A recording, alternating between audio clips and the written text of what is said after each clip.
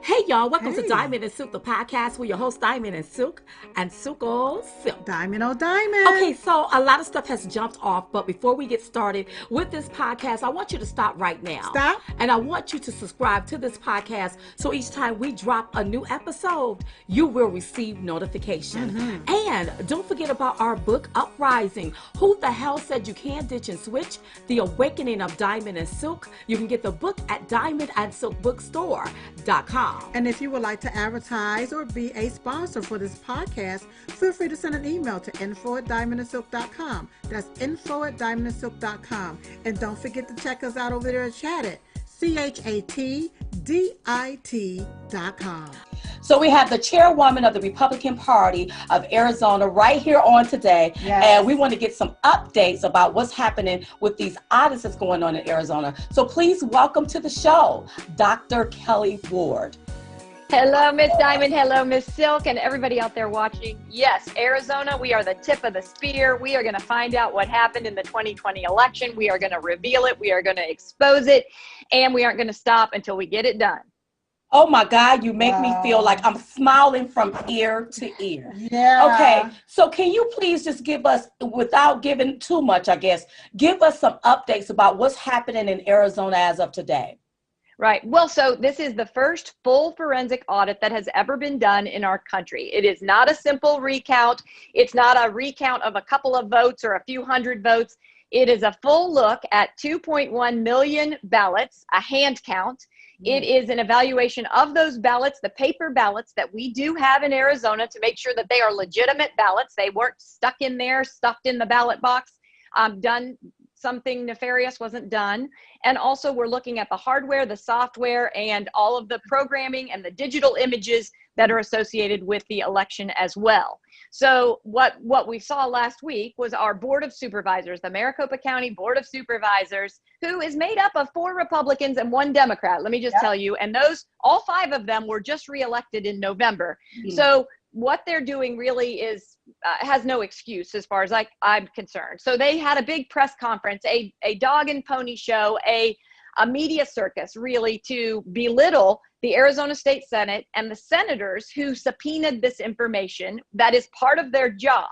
The Senate shot back the next day. They had a very, very professional, calm, respectful hearing with the people that are doing the audit.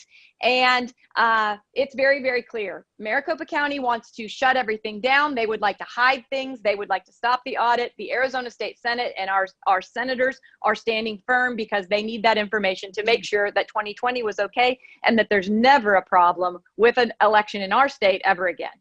Well, okay, now here's the crazy thing, Dr. Ward. The Democrats tell us that it's an insurrection to try to stop the confirmation, okay? And I'll call him Jim Crow Joe, a resident of the White House.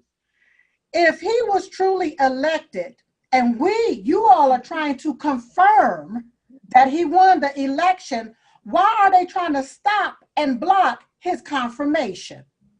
Isn't that an insurrection?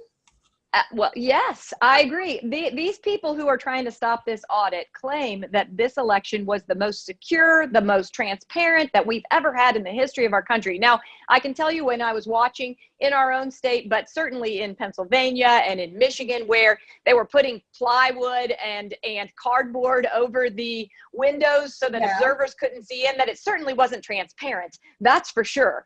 And anybody who's claiming that this is the best election ever, don't you think they'd want to prove it instead of stopping us from being able to prove it? So they should be getting on board, helping us to prove their point. But I think that they're very, very fearful because from what we're seeing in Maricopa County, there is funny business. There are ballot boxes that are supposed to be sealed that are already open. There are ballots that were duplicated. Now, I don't know if in your state they duplicate ballots, but if a voter comes in, they fill out their ballot and it can't run through the machine for some reason, some nice county employee will do another ballot for them. They will do an exact duplicate, supposedly, of that ballot. And there were tens of thousands of those in Maricopa County. We got to look at 100 ballots back in November or December. We had a lawsuit against the county. The judge let us look at 100 of those duplicated ballots. Of those 100 that we looked at as the Republican Party of Arizona, we found a 3% swing to Donald Trump. One of the ballots was filled in clearly by the original for Trump and was given to Biden by the nice county employee who duplicated the ballot. Another was cast for Donald Trump and just not counted at all.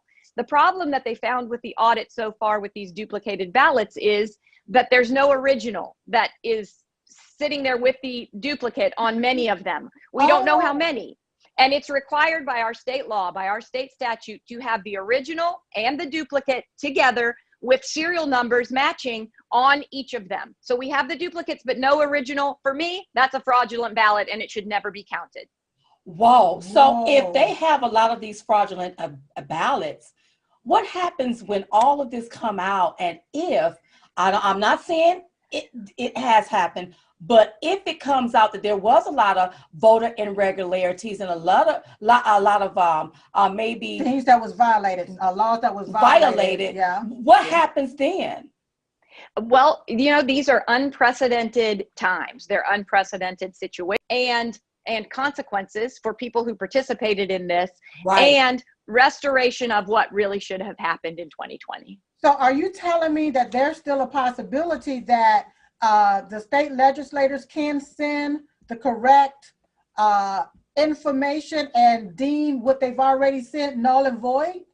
Well, I think in this situation, which we have never seen before, we don't know what could potentially be done. I have talked to President Trump. What's the rules? What do the laws say needs to happen if it's found out that this here was, or something happened fraudulently or illegitimately or etc.? Well, we have laws on the book for fraud. If you commit fraud, you don't get to keep the spoils of the fraud. You, number one, have to give it back, and number two, you have to get punished. And I did talk to President Trump about this, and he has a little analogy that he uses. He says, if you go to Tiffany and you steal the diamonds, and the diamonds are stolen, and in 2 weeks they find out, or 2 years they find out, or 20 years they find out, you still don't get to keep the diamonds. You still don't get to keep the money. The diamonds are taken away, and you go to jail. So that has to be applied with our elections. I mean, I think our elections are probably more valuable than diamonds. Not you, Diamond, but just diamonds in general. Dr. Ward, do you think that the audit, the forensic audit that's going on in Arizona, do you think that will trickle down to other states? To just because we question the irregularities of other states. Do you think that this will trickle down? Well, I do. And Katie Hobbs, who is our Secretary of State, she's a Democrat, radical, leftist partisan. She went on with Rachel Maddow, that bastion of journalism, and she said, this is happening in our state and other states might follow. So the Democrats are very, very nervous that it will happen. I certainly hope that it does happen because there were too many mistakes, too many irregularities, and too much potential outright fraud across the board, not just in Arizona, but in Georgia, in Pennsylvania, in Michigan, in Wisconsin, in Nevada.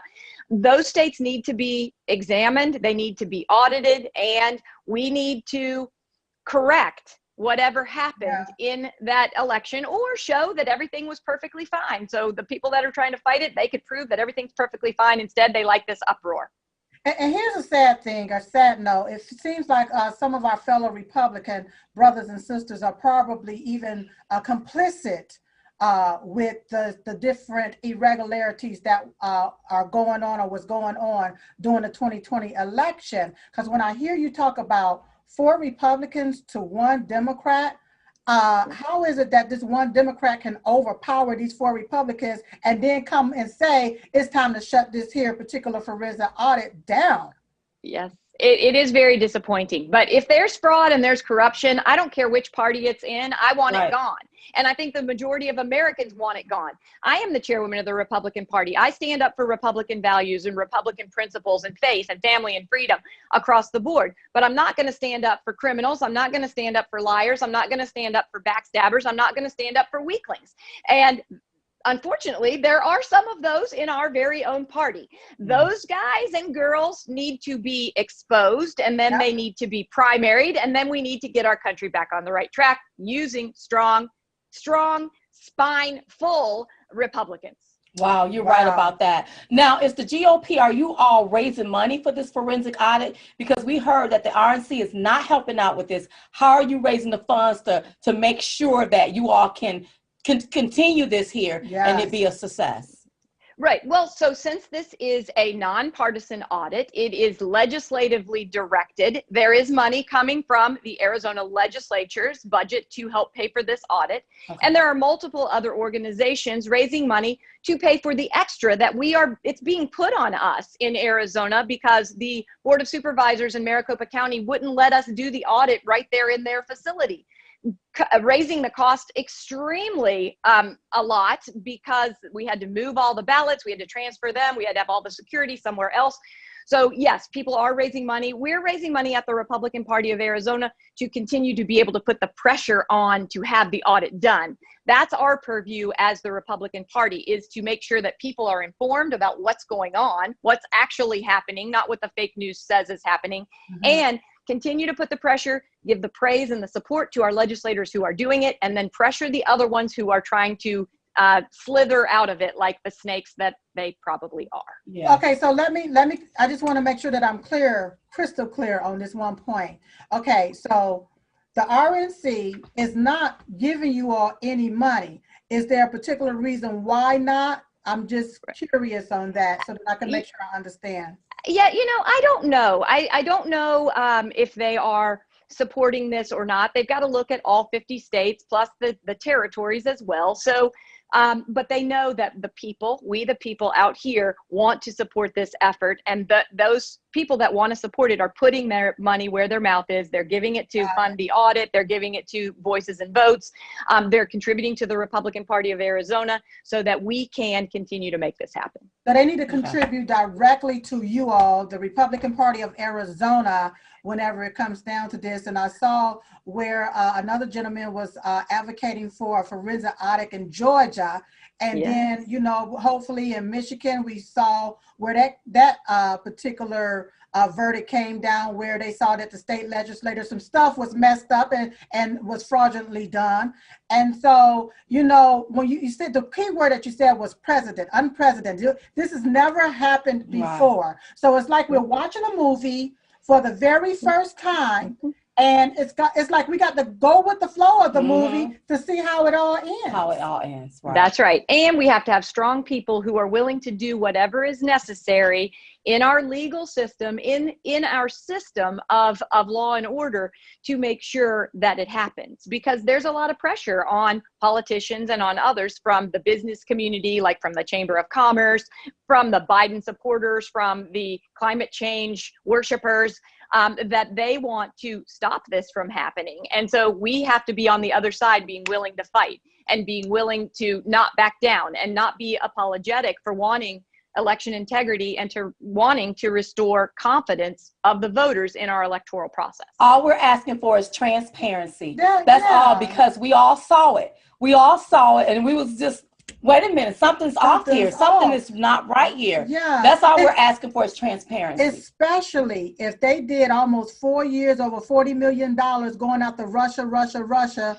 for election interference. And then I just heard that Biden sanctioned Russia for allegedly interfering in the 2020 election. But you're going to sanction Russia, but you won't investigate.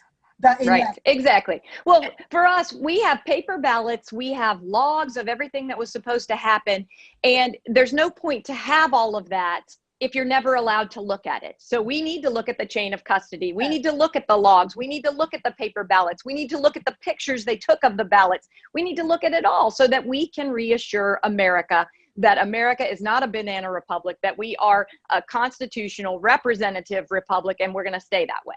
That's right. Wow. And one more thing I want to add, when President Trump won back in 2016, Hillary Clinton ran around for 4 years talking about that the election was stolen from her. I don't remember anyone bullying her into silence. Yep. So I find it appalling, and I'm taken aback by how the left try to bully us all into silence when we saw what we saw, but they want us to dismiss what we saw. And that does not make sense.